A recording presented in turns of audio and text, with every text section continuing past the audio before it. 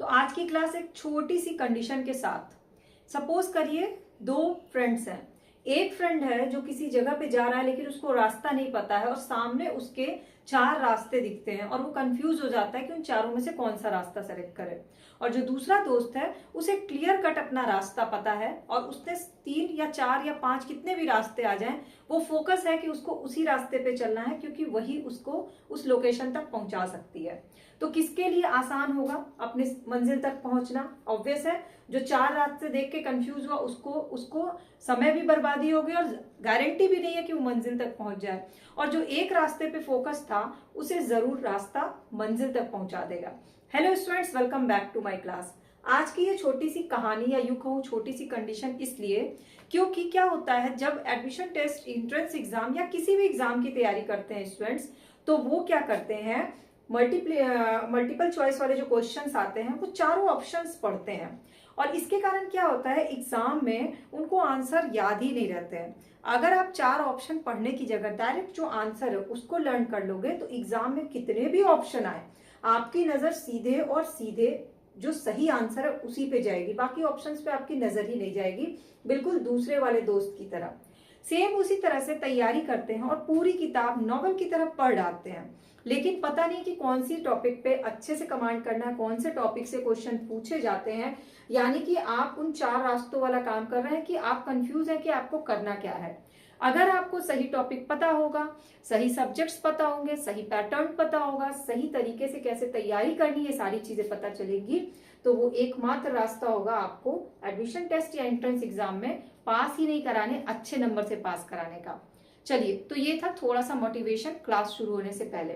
अब आज की क्लास है क्लास 7th क्लास का स्कूल एडमिशन टेस्ट या एंट्रेंस एग्जाम में कौन से सब्जेक्ट पूछे जाते हैं, कौन से 5 टॉपिक हैं या 6 टॉपिक है जिनसे मैक्सिमम क्वेश्चन पूछे जाते हैं और कहां से पढ़ना है इन टॉपिक्स को और किस तरह से पढ़ना है। इसीलिए इस क्लास को बिना स्किप किए पूरी जरूर देख लीजिएगा। सबसे पहला सब्जेक्ट आता है साइंस, जो कि बहुत ही इंपॉर्टेंट है। अब साइंस में जो फिजिक्स, केमिस्ट्री, बायो है, 3 सेक्शन है, उसके भी मोस्ट इंपॉर्टेंट टॉपिक कौन से हैं?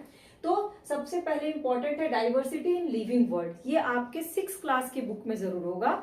डाइवर्सिटी इन लिविंग वर्ल्ड आपको अपनी 6 क्लास की बुक से पढ़ना है और हो सके तो इस टॉपिक को कोई आपके पास एक्स्ट्रा बुक होगी उससे भी कवर कर लीजिएगा।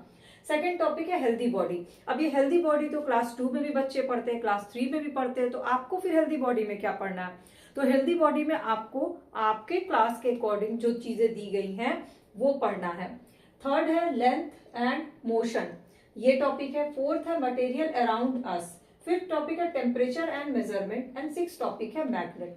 अब ये जो 6 टॉपिक है इसको नोट डाउन कर लीजिए और ये मेंशन कर लीजिए कि आपको ये 6 टॉपिक अपने ही किताब से यानी कि क्लास 6 से जो भी आप पढ़ रहे हैं उससे पढ़ना है। दूसरा, अगर आपके पास कोई एक्स्ट्रा बुक है तो ये 6 टॉपिक जरूर अच्छे से कर लीजिए। तीसरा, इसका मतलब ये बिल्कुल नहीं है कि आपको साइंस के बाकी टॉपिक्स नहीं पढ़ने हैं। अगर आप फाइनल एग्जाम की तैयारी कर रहे हैं तो बाकी टॉपिक्स तो आप पढ़िएगा ही पढ़िएगा, तो वो तो तैयार करना ही है, लेकिन आपका 75 क्वेश्चन एरिया जो है वो ये 5-6 टॉपिक है जिसको आपको अच्छे से करना है। तैयारी के लिए आपको ऑब्जेक्टिव भी तैयार करना है, सब्जेक्टिव भी तैयार करना है, शॉर्ट क्वेश्चन और लॉन्ग क्वेश्चन। अब इसके लिए आप कितना सैंपल पेपर कैसे सॉल्व करोगे, तो वो तभी आपका काम आएगा जब इस चैप्टर्स के हर एक पॉइंट पे, हर एक टॉपिक और सब टॉपिक पे अच्छे से कमांड क्लियर कर लोगे, कंसेप्ट क्लियर कर लोगे। तो फोकस किस पे करना है, पहले इसको अच्छे से पढ़ लो और समझ लो, उसके बाद उससे बीच से जहां भी क्वेश्चन पूछे जाएंगे आप इजीली कर लोगे। नाउ सेकंड सब्जेक्ट आता है मैथमेटिक्स। मैथमेटिक्स बहुत बड़ा लगता है लेकिन मैथमेटिक्स सबसे स्कोरिंग होता है। मैथमेटिक्स में आपका टॉपिक है पैटर्न से क्वेश्चन पूछे जाते हैं, पेरीमीटर से, एरिया से, फ्रैक्शन से, परसेंटेज से, टाइम एंड मनी। इसमें से ये जो 5 टॉपिक है ये मोस्ट इंपॉर्टेंट टॉपिक है और ये टॉपिक नहीं है, ये आपका प्रैक्टिस का एरिया है। परसेंटेज, टाइम, मनी और फ्रैक्शन का जितना मैक्सिमम प्रैक्टिस आप कर सकते हो एक्स्ट्रा बुक लेकर के प्रैक्टिस कर लो। अगर इन 4-5 टॉपिक से क्वेश्चन आ रहे हैं तो समझ लो 70% क्वेश्चन यहाँ से आएंगे और अगर वो आप सॉल्व कर लिए तो आपको मैथ में बहुत अच्छे नंबर मिल जाएंगे। और ऐसा नहीं है कि बाकी के जो क्वेश्चन होंगे आप बिल्कुल ही अटेम्प्ट ही नहीं कर पाओगे। अगर आपने क्लास 6 अच्छे से पढ़ी है तो आप बाकी क्वेश्चन भी अटेम्प्ट कर पाओगे। ये आपको एक पिलर दे रहा है, मजबूत पिलर दे रहा है जहां आप 70% के लिए रेडी हो चुके हो। तो ठीक है, तो ये 6 टॉपिक नोट डाउन कर लो, pattern, perimeter, area, fraction, percentage, time and money. Now next subject is English. English में अगेन मैं सारी क्लासेस की तरफ फिर से रिपीट कर रही हूँ कि किसी भी स्कूल एडमिशन टेस्ट में लिटरेचर से नहीं लैंग्वेज से क्वेश्चन पूछे जाते हैं।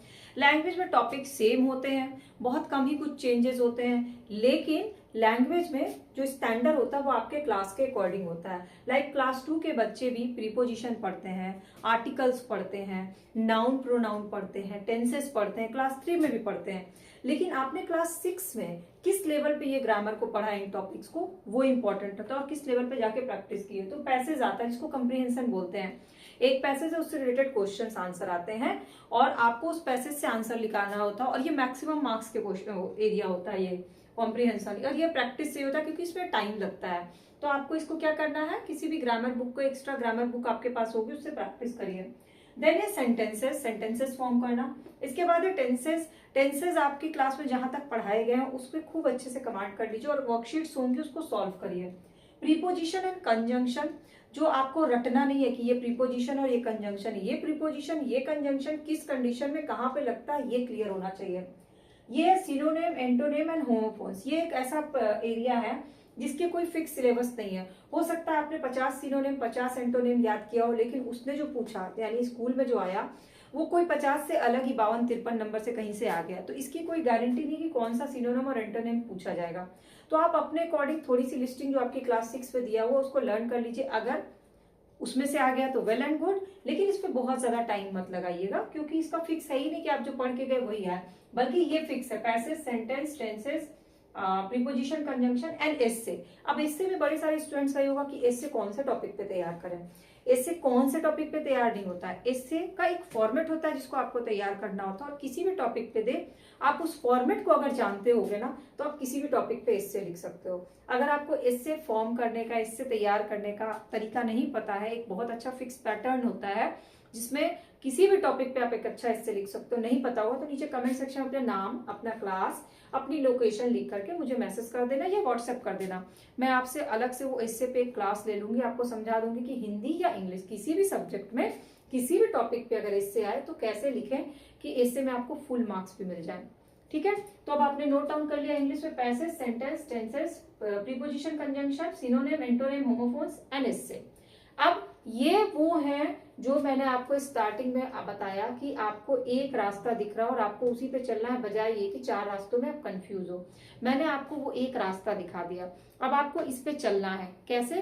तो आखिरी के एडमिशन के जो 15 दिन बचे हों, आपको इन टॉपिक्स पे फोकस होकर तैयारी करनी है। उससे पहले आप पूरी 6 क्लास की बुक जो है ना, साइंस, मैथ, इंग्लिश की अच्छे से पढ़ डालो। टॉपिक समझ में आना चाहिए, ऐसा नहीं कि पूरा रटा हुआ, हर टॉपिक्स में क्लियरिटी होनी चाहिए। और यही 3 सब्जेक्ट इंपॉर्टेंट होते हैं। अगर इन 3 सब्जेक्ट में आप पास नहीं हो पाते तो आपका स्कूल में एडमिशन नहीं हो पाता है। तो 3 सब्जेक्ट मैंने बताया, सबके 5-5, 6-6 टॉपिक बता दिए।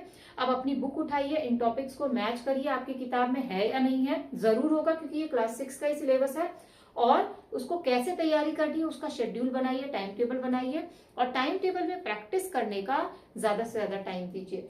तो चलिए, इसके अलावा कोई डाउट, कोई क्वेश्चन रह गया होगा तो नीचे कमेंट सेक्शन में पूछ लीजिएगा। बाकी की क्लासेस जो है चैनल के प्लेलिस्ट पे ऑलरेडी अपलोडेड है, आप जाके उसे देखिएगा। अगर नहीं मिले तो कमेंट सेक्शन में बताइएगा, मैं उससे आपको शेयर कर दूंगी। और चैनल पे सब्सक्राइब या फॉलो बटन को क्लिक कर लीजिएगा, तो फायदा ये होगा कि सारी क्लासेस की अपडेट फ्री ऑफ कॉस्ट आपको मिल जाएगी।